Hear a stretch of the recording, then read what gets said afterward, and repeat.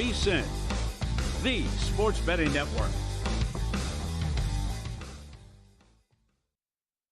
The numbers told the story, they always do. It's one of those idiots who believe in analytics. This is a numbers game with Gill Alexander on VSiN. Good Thursday morning to you. It is a numbers game at VSiN, the sports betting network, VSiN.com, Game Plus, iHeartRadio, YouTube TV, and of course, Sirius XM channel 158. It's Gill Alexander. It's Kelly Billets, my little buddy, producer number 9. So much more than a producer. Who's here for one more day this week and then is headed to family vacation in Turks and Caicos. That's right. Let's go. Can't wait. 48 hours sitting on a beach with an umbrella drink. Oh, man. Don't bother me. I don't know which Turks or Caicos I'm going to be on. One of those islands. I'm jelly, as the kids say. On the show today, we will go to most wins by the end of April because that market is still available in Major League Baseball. Yeah, I kind of just caught that last week. Like, I think DraftKings has been posting it almost every day, which is pretty cool. DraftKings, which last year only put up March, April, and then never did again. Yeah.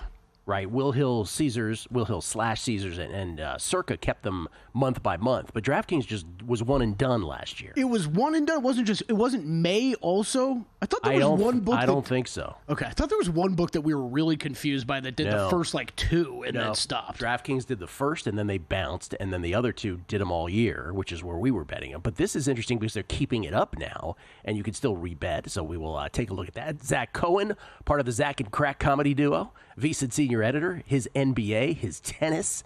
Today on the show, as we have play-in fever continuing, because now the losers of the 7-8 and the winners of the 9-10 play each other for the 8th seed on Friday, which we'll get into momentarily. Luke Swain, Vegas refund, NFL draft. Let us get serious about this. Let's get serious. Jermaine Jackson once said about the NFL draft. And Luke Swain, Vegas refund, has had a great history betting the draft. Where does he stand on all of this 6 days before the actual first round? What does he know for sure? What doesn't he know for sure? And then Bill Krackomberger, who's usually the whole second hour of the show, unscripted with the Crackman Bill Krackomberger, he is live from Hilton Head. The RBC Heritage is there. It's like he was at Augusta last week. He's at Hilton Head this week. He's just following the tour. I love PGA Tour crack. It's always great. That's your favorite? Yeah, the Masters, because this has become like an annual thing, right? These two events. Yeah, I believe so. Yeah. Good on him. Two of the best golf events you can go to in a year. My favorite version of crack is extra salty crack. Yeah. We get that pretty often. Yeah. So. Extra salty Bill Krackomberger. Let me just be clear. And then Are We Sure a little later on. Estamos seguros. A little later on the show, Kelly will pepper me with questions. And a special here in momentarily a special Kelly Bidlin story from this past week. Gambling. Yeah. I call it gambling shenanigans in Vegas. Yep. Let's get to that momentarily, though. This is for subscribers. Let me just go through this for a second, because the roller coaster of emotions with betting, so this is for new bettors and newish bettors. VSiN.com/picks. VSiN subscribers get access to every host, every guest's picks in every sport.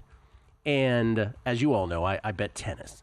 And just for new bettors, your success in sports betting long-term is largely, this is a Dr. Bob quote, is largely your ability to overcome negative variance and just deal with the ups and downs of this. So yesterday I had 5 picks. Today I had 5 picks. Yesterday in tennis, and subscribers got all these. Yesterday I go 1-4 in my 5 picks, and you say to yourself, 1-4, that's terrible. Well, the one was a plus 245 dog that hit. That was our girl Tiansoa Sarah Rakotomango Rajauna. Nailed it. Yeah. So you end up losing a unit and a half roughly on that, even though you go 1-4 because she was a plus 245 dog. Anyway, I pointed out yesterday on the show, the real horror of that was the plus 218 dog, Sarah Irani, served for the match, gacked it, then was up 5-2 in the third set tiebreaker, gacked that. And Bernarda Pera, who was a plus 335 dog, she was serving for the straight set win, gacked that and lost. So what could have been is more of the story than what was. Except, I don't know this, if you know this about books, they don't really care about that stuff. Yes, they do not. You just have to eat it emotionally and mentally and just move on and, I don't know, maybe do a national show while it's happening. Today, this morning, and you almost could predict this based on those outcomes, a great morning, 3-1, hit a plus 256 dog on a Katerina Alexandrova over Mira Andreeva. Hit a plus 202 dog on Suzanne Lemens this morning. Hit a plus 106 short dog on Alejandro Davidovich Fokina. But guess what I'm going to remember this for? The one. Because you know what the one was, Kelly? Lois Boisson. Not Poisson, not fish, but Boisson. She was up 6-1, 5-1. Oh, my gosh. And lost, preventing us from the 4-0. How does that happen? And in real life value, if I let you know what that potentially could cost me, I'd be embarrassed. But this you have to be able to deal with this, and I have so much scar tissue that you just deal with it. Anyway. That is brutal, man. There's one more play left today. All this to say there's one more play left today, and it's about to start. I don't know, 20 minutes, 30 minutes. You know how tennis goes. I'm on the Hungarian Fabian Marozsan. He's the only favorite of the day. He's a short favorite, as the Hungarians pronounce it. Fabian Marozsan. He is. I don't know when. I want to see exactly when the time is. Yeah, it's about 20 minutes, 30 minutes from now, and he's taking on Ugo Humbert. It's only a few pennies worse than that price right now, so you could still play it. Fabian Marozsan, the only remaining tennis play of the day. Again, proceed with caution, because these can take your heart, your soul out of your body and crush them. As far as the play-ins in the National Basketball Association, so we had the 7-8s the other night. Both the Magic and the Warriors got by. Magic covered, Warriors did not, but they end up as the 7 seeds in the respective conferences, East and West. And then last night was the 9-10s, the loser of which would be eliminated, right? The winner of which would go on to take on the respective losers of the 7-8s. So what we ended up happening last night is a Mavericks and Heat duo. So those are both the 10 seeds, if I'm not mistaken, win last night. Mm-hmm. And so the Mavs now take on the Mavs and Heat will advance to Friday. This is tomorrow night. And we have very short spreads on both of these. In the Eastern Conference, the Heat are at the Hawks. Remember the Hawks, when we last saw Trae Young was throwing a tantrum, getting 2 techs. Hawks are 1-point favorites against the Heat. Exactly what the line was in the Heat game against the Bulls. This time, though, in Atlanta for the 8th seed. And then in the West, Dallas at Memphis. Memphis is a 6.5-point favorite. Any thoughts on either of those two? Man, I really want to play the Heat. I think that's the only thing that jumped out to me last night after that game was waiting to see what that number was going to be. Miami at Atlanta. Problem is, we've talked about this a lot this week. It feels like just the adjusting into playoff mode and kind of where you have numbers at regular season wise rolling into the playoffs. Like I thought I was going to be catching 2.5, something like that in Atlanta, and no, it's 1 pick 'em. It's a heavy lean to Miami, but no bet for me as of yet. And then, man, Mavericks Grizzlies. I think everybody's all ready to think that the Mavericks are quit and the season's over and start thinking to the summer. But man, you're going up against a Grizzlies team. John Morant dealing with a little bit of an injury, didn't look great the other night. For portions of that game, I don't know, man. That could be a little tighter. I'm not running to like 6.5 with Memphis. I think I like both the dogs. Yeah. The Heat, just because I'm not going up against Spoelstra and those guys. I said it before the 9-10 game. I didn't bet the 9-10 game though, full disclosure. But this one I might. And then the Mavericks Grizzlies. AD had 27 last night. Clay had 23. And Clay did it on 8 of 11 shooting from the field, 5 of 7 from 3. Exactly why they got him. Which is a huge indicator too of okay, like if you thought they were ready for this to head into the offseason, Klay Thompson and AD playing like that, like no, man, they clearly want to keep playing. Yeah. Klay coming off of, remember the terrible play-in performance last year for the Warriors when they got bounced. You're getting 6.5 here too. Like I'll take that. Yeah, it's a lot. I'm with you. Would lean both the dogs. I thought I was going to be getting a little bit more with Miami, but I understand it because I think that's the way that we set up that game with Chicago. I think it played out exactly like we talked about.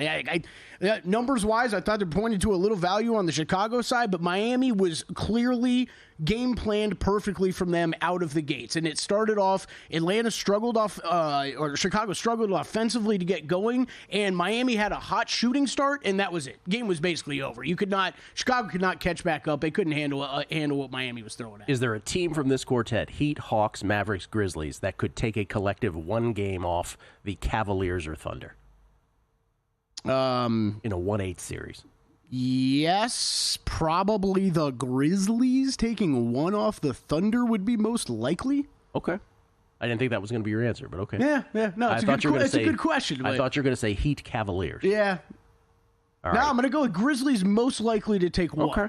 All right, got to do their stuff tomorrow night again. Off night in the NBA as they just milk play-in fever. Having said all that, though, like the Thunder tickets, this is one of the better matchups they could get for a first round. Yeah. And then it gets serious after that. Yes. Okay, before we go to break here and before we get Kelly's gambling shenanigans story of the week. I feel like I have two of them at this point. You have two? Well, there's two different places I'd like to talk about. Yeah. Right. No, the floor is yours, sir. But before we go to break, speaking of the RBC Heritage, where Crack is today, Bill Krackomberger, I did, after the Masters glory, I did bet the short shot Scotty Scheffler plus 450 to win this tournament. I like it. Because I was like, what the heck? I like it. Although I didn't say heck. Right now, Sammy Valimaki out there tearing it up through 9. He is 5 under par already. You've got Sam Stevens and my guy Keegan Bradley 3 under par, 2 behind him. But I considered Scheffler pretty heavily this week. Ended up going other directions, but was considering him. First round leader bets for me if you are interested in jumping in later. Berger and Tom Hoagie. Who have not teed off yet. No, Tom Hoagie just finished one, but you can still get in on it live. Let's go, Berger, for the people. Let alone for Kelly. For the people, if you know what I mean. We'll come back. We will talk about Kelly's gambling stories and more, including that MLB March-April market. On the other side, Numbers Game, VSiN, the Sports Betting Network. Time. There's nothing more valuable. It's what drives everyone to make the most of every moment. We celebrate living large in the now. In a city where time disappears, we create experiences that electrify the soul and memories that will last forever. We go big, we go all night, and here, everyone is invited. So get loose and get loud. This is Circa. You'll have the time of your life. So, Paulie, have you had a chance to read the VSiN Daily yet? Yeah. Came in at 3 a.m. What's Bill doing up that late? Well, rumor has it starts off with a 12-hour meditation session. Then he just pours himself over film and live TV, really focusing and taking it all in. Bill's in with the biggest insiders, talking trade secrets, strategies, the whole nine, absorbing the info. And then and only then can the writing process begin.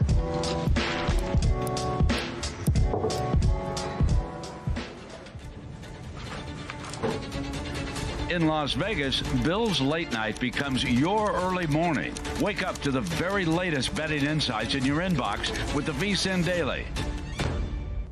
Sign up for free at vsin.com/newsletter.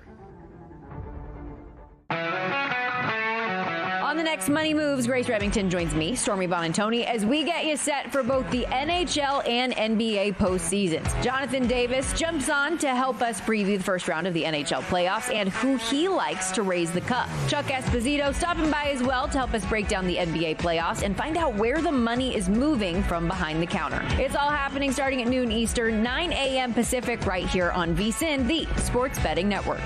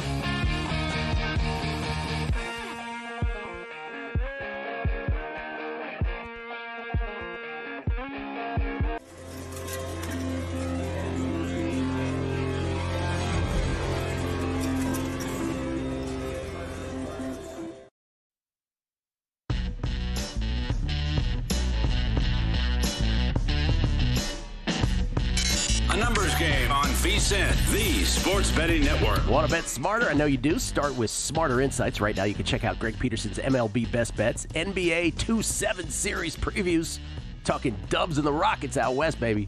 Steve Makinen's first round NBA betting trends. Later today, you can check out Jonathan Davis's NHL picks on the cusp of the playoffs, Adam Burke's MLB Best Bets, and the VSiN staff Best Bets for the NBA playoffs. Don't forget, we got that NBA contest coming up, the Carl Sack Invitational.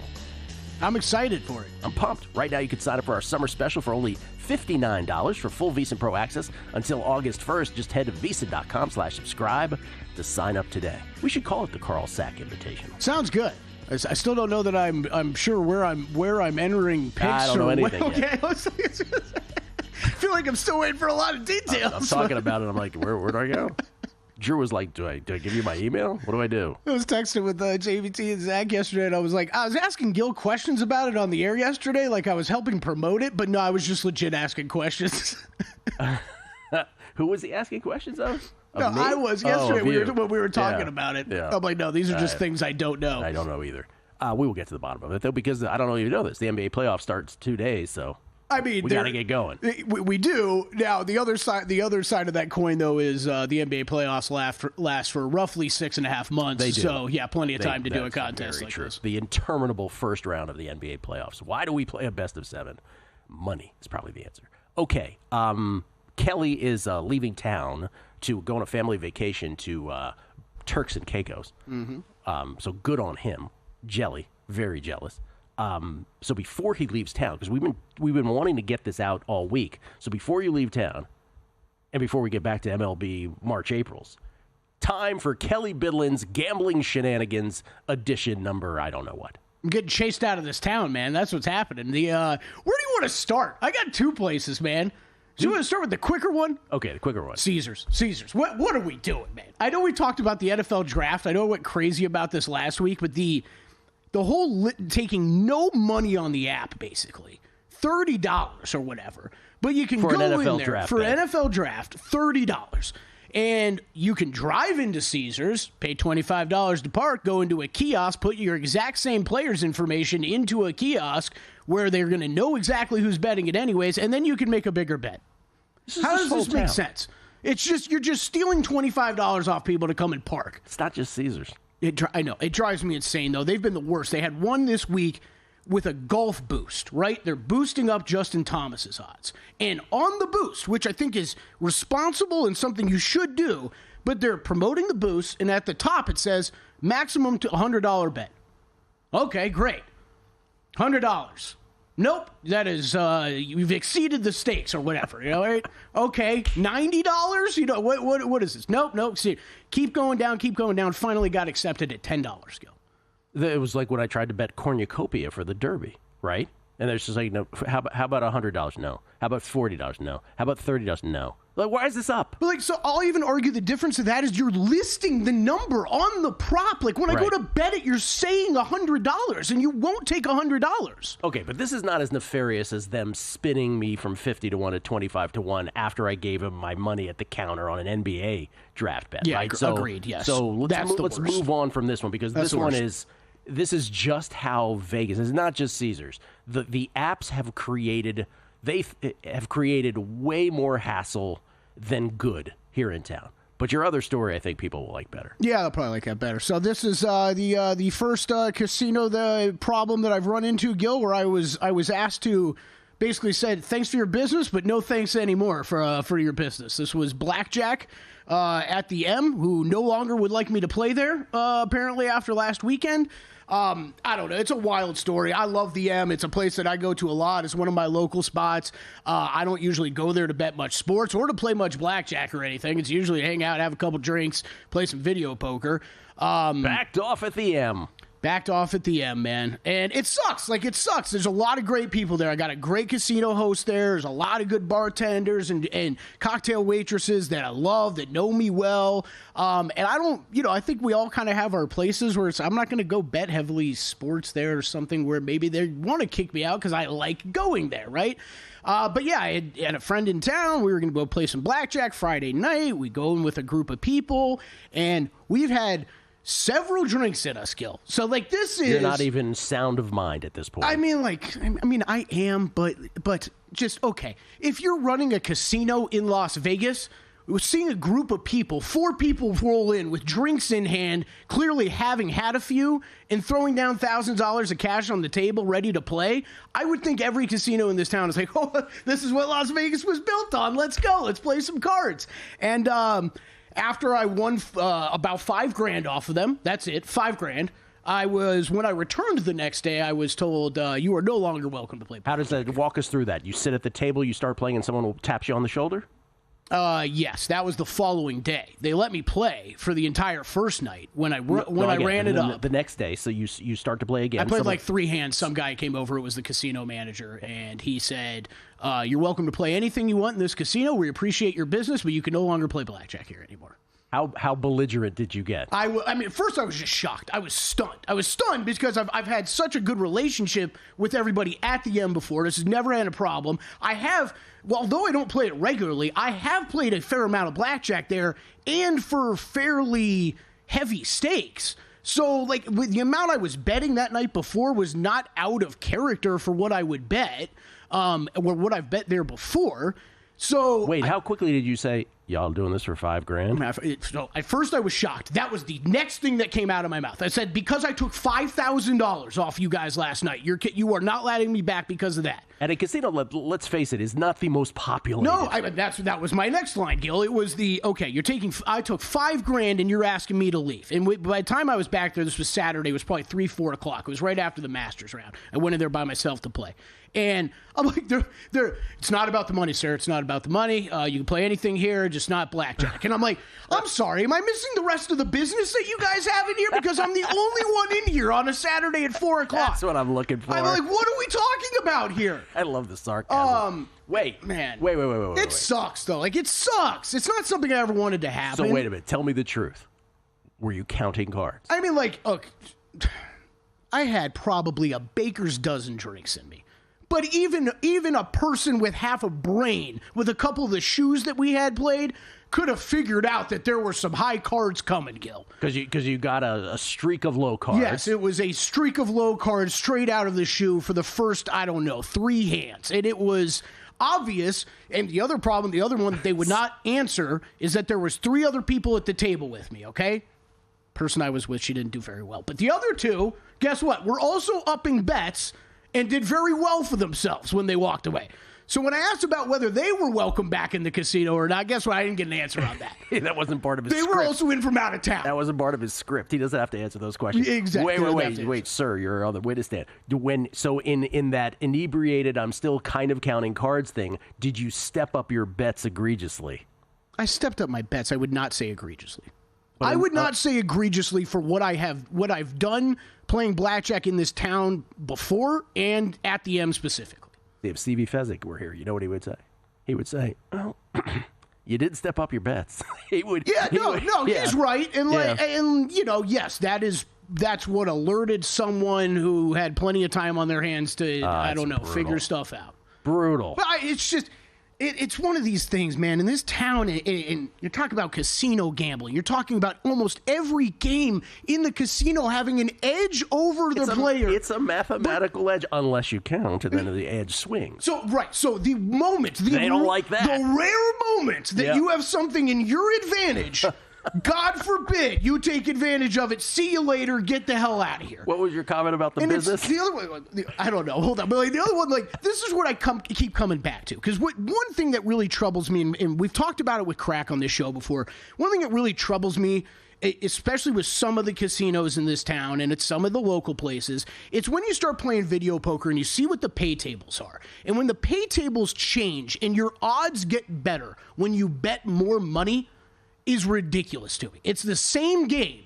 So what happens when you're looking at a 25-cent video poker machine and they're getting worse odds than if you were betting on a $5 denomination, $10 denomination, whatever, where you get better odds? A lot of these casinos, in my mind, are taking advantage of some of their elderly customer population. Oh, wow. And that is wow. That's what I believe. I know they're not the only casinos that do it. Everybody does it in this town.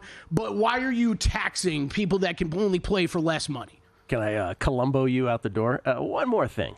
Did you tip on that $5,000 by any chance? Yeah, of course I did. Oh, okay. I wanted to see if they use that as a sort of like, No, I that's didn't even tip. I mean, they could say whatever they want about my play there. There is not a single person in that casino that would say I don't tip well on my way out. Okay, it's a shame, man. We love the M. It too. sucks. I love the M. Yeah. Great pool. I got great casino hosts there. Look, I'd love to keep coming back there, but the part that's tough, Gill, is it's really hard to mentally want to go support a place that tells you to get the hell out. Yeah, there's a certain casino I've never walked in again too. Yeah. So see what I happens. just don't know if I'm ever going to get, if you get paid. Like I said, the town's giving me a signal to get out and go on vacation. When this town gets legalized betting, oh my God, is it going to be a place to live? We'll come back. Those March, Aprils in Major League Baseball. Zack Cohen as well. Shenanigans, betting shenanigans with Kelly Bidlin. And they're off.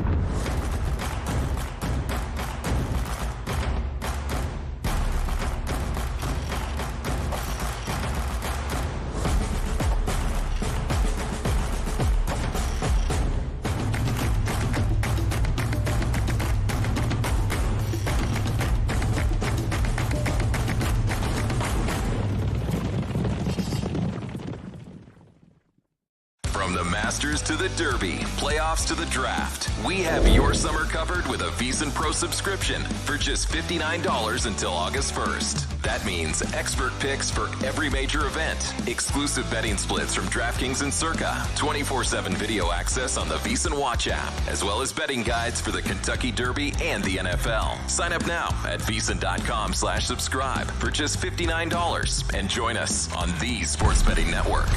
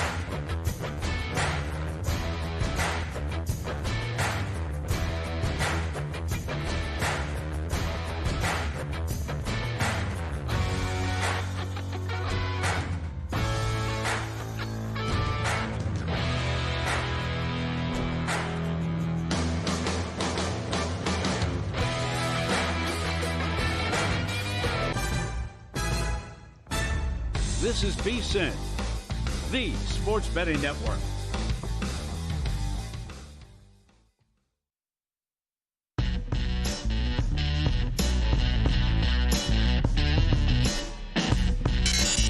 Game on VSiN, the sports betting network. Ready to get in on the action? First Bet has you covered. Sign up now to access exclusive promotions and bet on hundreds of thrilling horse races every day right from your phone or computer.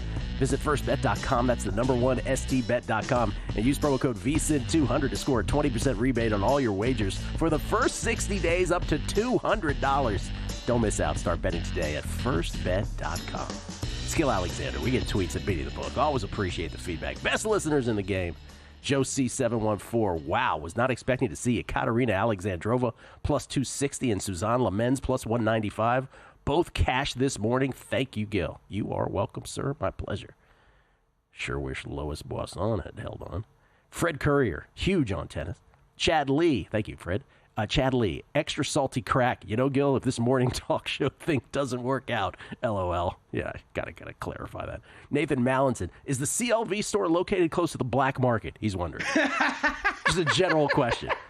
I don't know. I like the existential gambling questions like that have no. Hey, just wondering. No, I think you nailed it. Actually, the CLV store might be located directly in the black market. Yeah. Located close by. Las Vegas 514. Yo, a lot of gacking over there. Sheesh. He said something else. He spelled it wrong, but I don't know. 3Jack H 3131. Hey Gill, great bounce back today. And for the Boisson loser, it is not your fault. Trust me, I know. Primetime Cowboys _Cubs 1. Yo, hey man, if that really is your name. So you bet tennis? I haven't heard that. Probably going to jump on that Ega Chicks bandwagon, hey? What's next? Going to tell you have you injured your Achilles before? Hasn't come up for weeks. Oh, man. Primetime.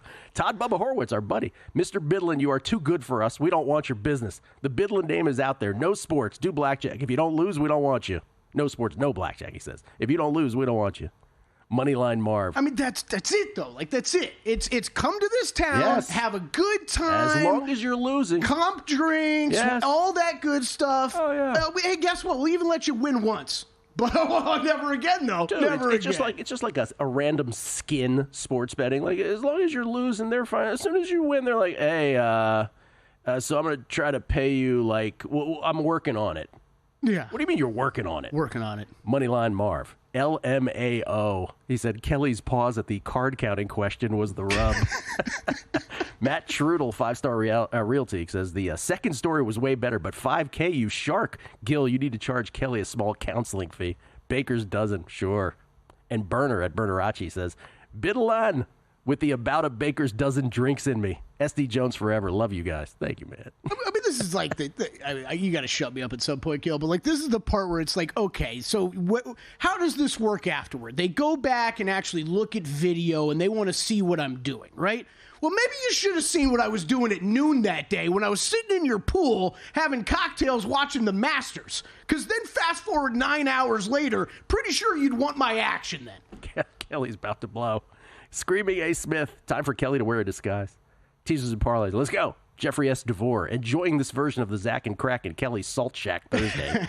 Great start to the show. And then Jack Olaquire. Gil, same thing happened to Kelly. Happened to my brother Jim at a casino that you used to work out of. When he asked why, they told him, we don't like your style of play. And Uncle Buck, if I were you guys, I'd stay away from table games and keep betting on everyone's favorite Sarah. Tiansoa Sarah Rakotomanga Rajauna. Nailed it. Yeah, she was big yesterday for us. Zack Cohen, speaking of tennis, joins us now, courtesy of the Progressive Guest Line. You can follow him on Twitter at BettingOnX, part of the glue that holds this whole operation together. And as he told me just before his spot, you too were on Lois Boisson this morning? Yep, I was, and I'm going to go ahead and second that she should be wearing more deodorant because she stinks. Oh my gosh, I caught this Did you story. hear about this? Yes. In her, what Zach is referring to is that in Lois Boisson's previous match against I didn't know this was the same woman. the British Harriet Dart.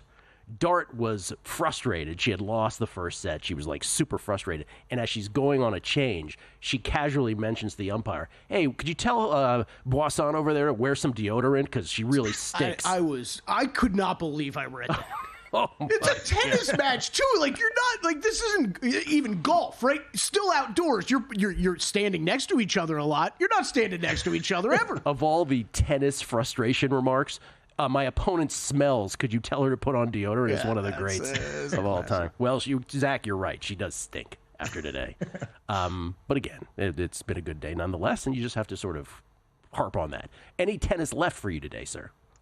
Yeah, I'm with you on Marajan. I got plus 105 on that. I really am confused about those odds. Hugo Humbert is playing with a broken hand right now. He has it completely wrapped up in Monte Carlo. Like, there's a giant wrapping on it. He could barely hit a backhand. I know he was able to beat Nico Jarry last match, but this is going to be a much tougher opponent. Marajan is a good clay court player. I really think he should win this one. Okay, we're on the same play. What could go wrong? And yes, you're right. Hugo Humbert may have a broken hand. So that's a good thing. What could possibly go wrong on that? Interesting. Yes, Hugo Humbert, otherwise a better tennis player than Marajan, although not on this surface necessarily. Okay, to the NBA, sir. By the way, do you have any futures in tennis yet at any point in anything before we move on? Yeah, actually, I'm happy you asked because I almost forgot to say it. Iga's plus 110 at Bet Rivers to win the French Open. And I jumped on it. I don't understand it. I'm so glad you mentioned this. Bookmaker had her at plus 117 yesterday at the French Open. I grabbed her at plus 117, plus 116, plus 150, and then I stopped betting it. And then I go to another book, and she's minus 175 still. Yep. What is that? I thought maybe I missed, like something like Billie Jean King Cup where she played poorly, but it doesn't look like I did. I think people maybe just don't believe in her as much with Andreeva playing well, Sabalenka playing well, but it's kind of like a Carlos situation for me where I just think you're going to get back on the dirt and see a different player. So I have Iga to win Stuttgart this week. I think she's going to win the French Open again. Plus money odds either way, you have to find out. I have her in both as well. Stuttgart, where she's won twice before, and the French Open, where she's won 4 times before. Okay, to the NBA. You have play-in fever, Zach? Is you catching a play-in fever? What do you have? I'm sorry. Go ahead. You wanted to answer? No, I was gonna say I enjoyed the Grizzlies Warriors game. I don't need the 9 versus 10 games. I don't need these games for the 8 seeds. Totally agree. That was Will Hill on our group chat said that last night, and it was kind of a consensus agreement, which is, do we really need this game? Like, is this really a thing? But the NBA's milking it, obviously. That would be my comment on the how was the play-in tournament? Grizzlies Warriors was great. Yeah. And then the rest. Yeah. And then who could have cared less, especially the way those 2 games went last night, 2 blowouts. That said, we can bet on these. So in the loser 7-8, winner 9-10 games, it's the Hawks 1-point favorites against the Heat. It's the Grizzlies 6.5-point favorites against the Mavs. Did you play anything? I have the over 221.5 in Mavs Grizzlies. I know that Nico Harrison said defense wins championships, but this has been an over team with Anthony Davis. I think 8 of the 10 games he has played with Dallas has gone over the total. They're 15-4 to the over in their last 19 games. That game against the Kings went over the total. They played really well offensively. And this is kind of the second game in a row where I've noticed at dunks and threes, they do a predictive score for every game. They've had a predicted score of 10 points over the total in 2 games in a row. They have 121 and 150 for the Grizzlies in this one. So I kind of just think there's a little bit of value in taking the over, especially knowing, that Memphis is a team that is really good offensively, really bad defensively. Okay, and so remind us now in our final few minutes with you. Remind us where you stand on all of the series prices that have been established already. Everything, of course, but the 1/8 have been established. And then your futures plays. Yeah, all right. Let me list out my my series plays. I have a bunch. I have Clippers plus 120, Timberwolves plus 166, Pacers minus 160, and then Rockets plus 165, and Rockets minus 1.5 games plus 340. Wow. All over the place. Okay. Yeah. Do you know a human being in our little sphere of the world that is not on the Clippers, that is on the Nuggets, in fact? Because this is what, from afar, this is what worries me. That does worry me too. I don't know if it's just, people not realizing kind of the advanced stats profile of the Clippers over the last 2 months, because you can kind of be guilty of zooming out and looking at what they've done over the course of the entire season. But over the last 2 months, since the start of March, this has been a team that has been as good as the Thunder and as good as the Celtics. So I think this is, a really good value. Even if you have to play it at minus money, I just think that this is a team that really should win. Obviously, Denver has looked a little bit better with Adelman at their head coach, but I just don't see them winning, even though they do have a very strong home court advantage. Gill, I did catch while I was doing some write-ups for Zach and Adam for the NBA betting guide. Is that what we're calling it, Zach? NBA betting guide? I don't. It's just going to be like staff best bets. We're not doing a guide. Okay, staff best bets. I did. Here's a little bit of a tease. Head over there. There is someone on there that has the Nuggets. Oh, okay. Oh. A human being has backed the Nuggets in this. Well, thank God for that. Before we go, any game 1 plays for you, spreads or totals on Saturday, or the ones that have now been established for Sunday?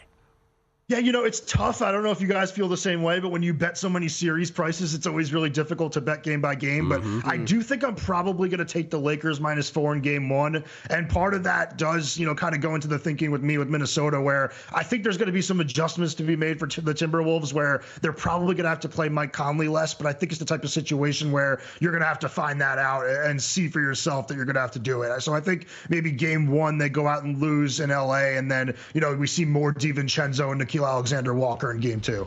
Zach, appreciate it. Zach wearing a Aloe sweatshirt today. Is that the brand? Aloe hoodie? Yeah, it is Aloe. Jimmy Butler endorses this. Oh, well then Zack Cohen must endorse it as well, if Jimmy Butler's endorsing it. Good luck with all the bets. Sorry you got Luis Boisson as well. No problem, thanks. Zack Cohen. Betting on X is where you can find him on Twitter. Great Twitter handle. Luke Swain, Vegas refund, NFL draft next. In the heart of downtown Las Vegas, a sports oasis awaits. Stadium Swim, the ultimate outdoor amphitheater, built for the ultimate sports fan, with a colossal screen that brings the game closer than ever.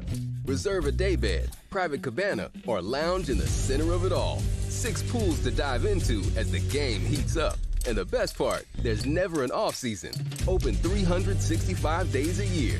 Stadium Swim, it's always spectator season.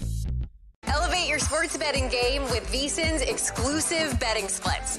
Stay ahead with real-time market trends and track bet percentages on any matchup, then uncover the edge by comparing them to the amount of bets placed to find out where the sharp money is headed. Upgrade to VSiN Pro to access betting splits, live odds, line moves, power ratings, and in-depth game analysis. Go to vsin.com/pro to join VSiN, the sports betting network.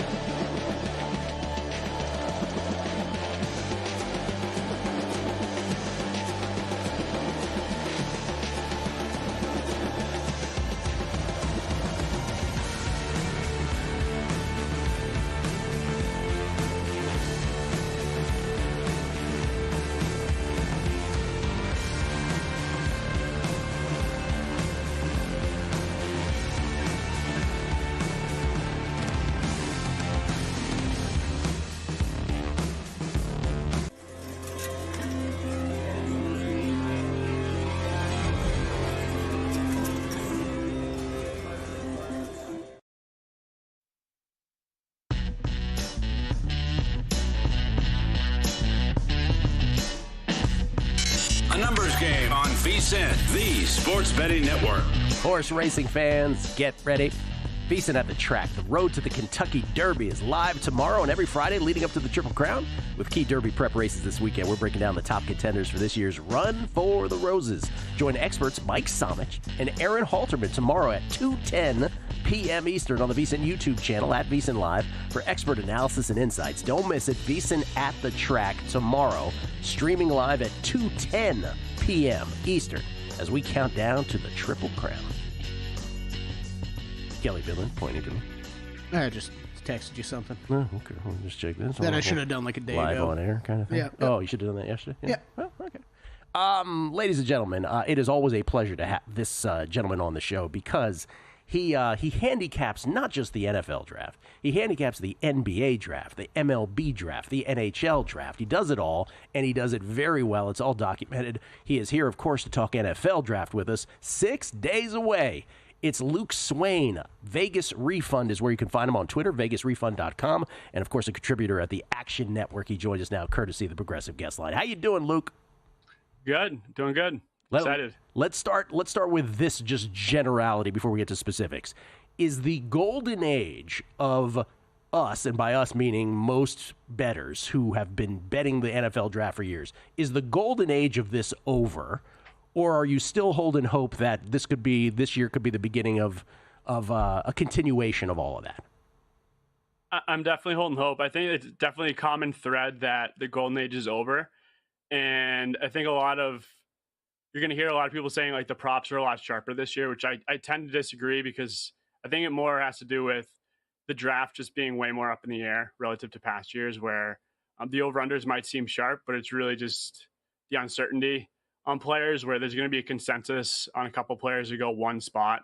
And if they don't go there, the range for them to fall is super wide. So the certainty on over-unders is definitely wider, which to me, I think this is like a prime opportunity for books to get a little bit more aggressive on offering props relative to past years. But I definitely still hold hope where over-unders came out earlier this year than they ever have. Yeah. Honestly. And you were saying an example of that kind of wide range of outcomes is like a Matthew Golden wideout from Texas who could go, relatively high, and then if he doesn't, could drop dramatically. That kind of thing with a lot of these players. Before we get to your over-unders and these props, let's, at the top of the draft, tell us what you think you know for sure.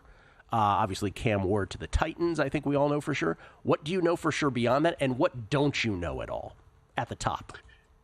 So there's definitely a consensus right now, top, let's just say 9. And to me, I think the order, the chalk order, is probably the most likely right now, where the Jags and the Raiders are kind of where the landmines can happen. But in the end, which thankfully, I think no matter the order, the same top 9 or 10 guys are going to go in the top 10, which in years past, if a random guy's jumped into the top 10, or fallen out, it's been a landmine and a ripple effect that's caused chaos to the order after that, where I still think the top 10 is going to be the same 10 guys, which I could go through them. So it's Ward to the Titans. Ward to the Titans, Hunter to the Browns, and then Carter. Campbell's definitely seemed like a certainty. And then Graham is chalk. I think right now it's fair to put him there.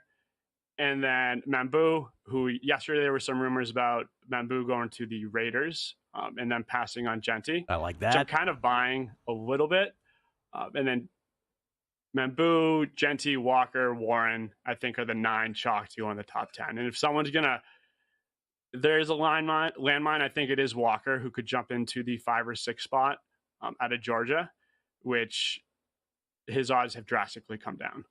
But Walker's probably the guy that a team can go a little bit higher if they don't go like Mambu earlier than expected. So you're saying if the Raiders don't go Genty, someone else in the top 10 will?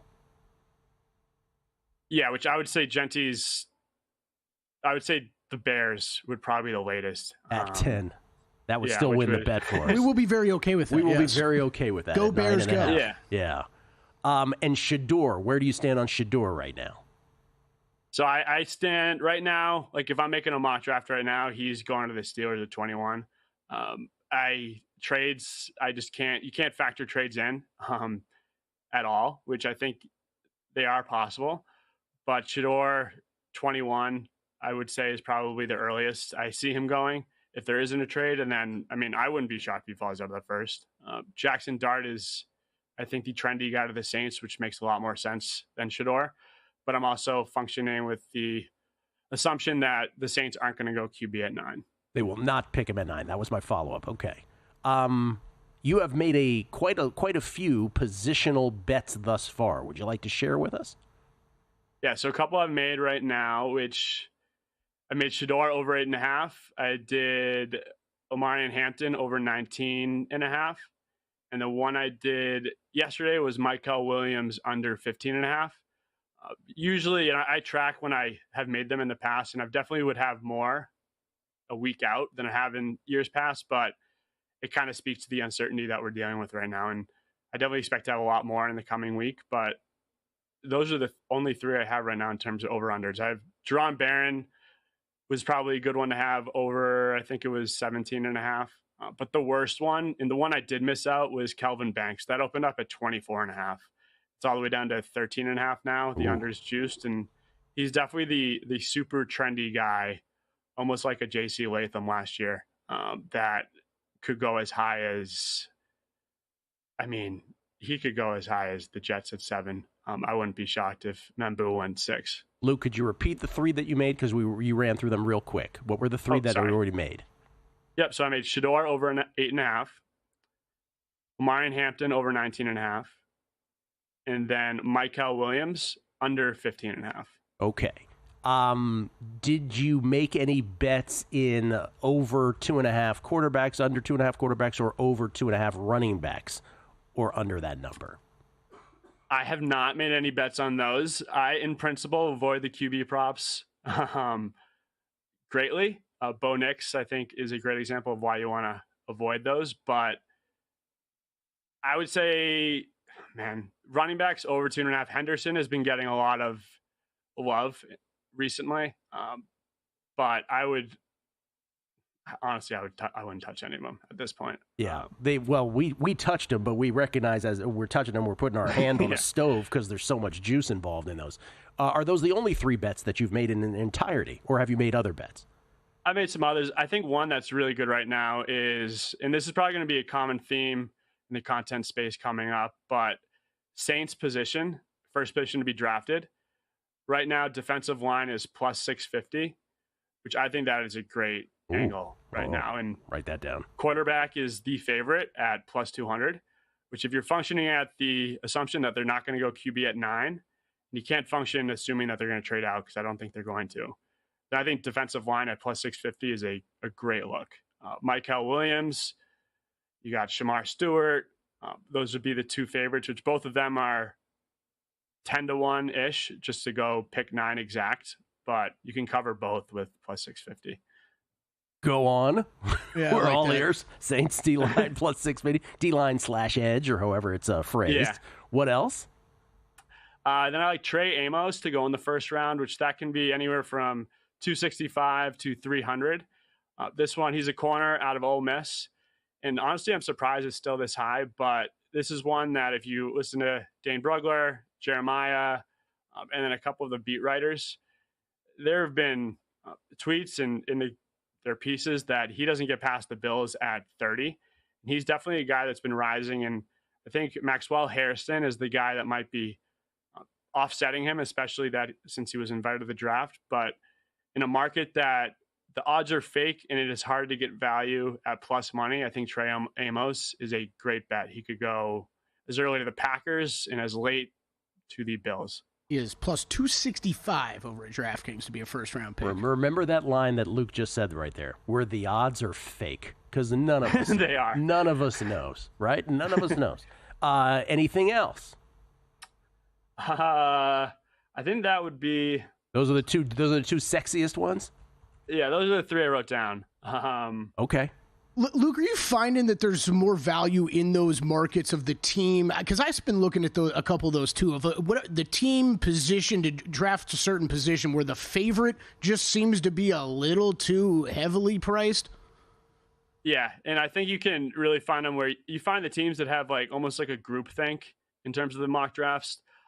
And you find the value there, where like the Saints are the group think for QB, or maybe the Bengals are minus 200 to draft a D-line.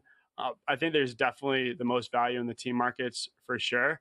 But then I think there's also a ton of value in parlaying first rounders, which you can parlay to go in the first round on two of the biggest books. And Trey Amos, you could parlay with some guy that is pretty much a lock to go in the first round and get that 265 all the way up to 300, 400, whatever you want, and just add legs to him. Luke, A+. Really appreciate it. Thank you so much. Thank you. Coming back with Crack Unscripted from Hilton Head next. And we're out. Okay, give me 1 sec. I need to load funds into my gaming apps.